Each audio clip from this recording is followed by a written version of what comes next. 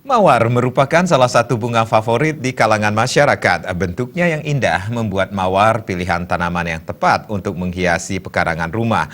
Agar tanaman mawar menghasilkan mawar dengan kualitas terbaik, ada beberapa tips yang perlu diperhatikan. Dan berikut laporan selengkapnya.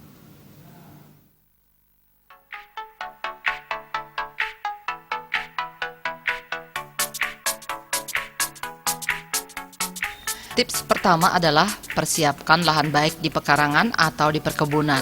Kemudian pilihlah bibit mawar yang berkualitas dengan membeli dari penjual bibit mawar.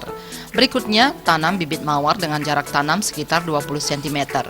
Pertumbuhan mawar harus benar-benar diawasi karena jumlah tunas yang tumbuh menjadi salah satu faktor penentu keberhasilan mengembangkan mawar. Dalam satu lubang tanam, sebaiknya tunas yang tumbuh dipilah. Idealnya dalam satu lubang tanam, sebaiknya tumbuh 3 tunas saja. Semakin banyak tunas yang tumbuh akan berpengaruh terhadap kualitas pertumbuhan mawar.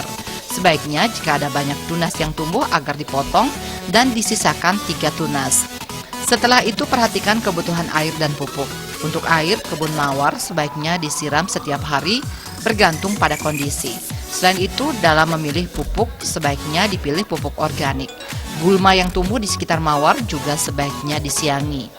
Pemirsa, jika Anda menemukan hama yang menyerang daun atau batang mawar, hama itu dimusnahkan sebisa mungkin tanpa menggunakan pestisida agar kondisi mawar tetap bagus. Pemirsa, mawar merupakan tumbuhan yang tahan lama. Jadi, untuk sekali tanam, panen bisa dilakukan 10 tahun lebih bergantung pada perlakuan terhadap mawar.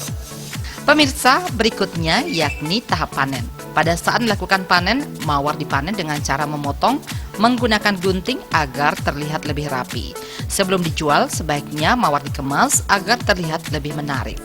Bali yang merupakan destinasi pariwisata tidak bisa terlepas dari keberadaan bunga mawar khususnya untuk keperluan dekorasi. Desak Aryani.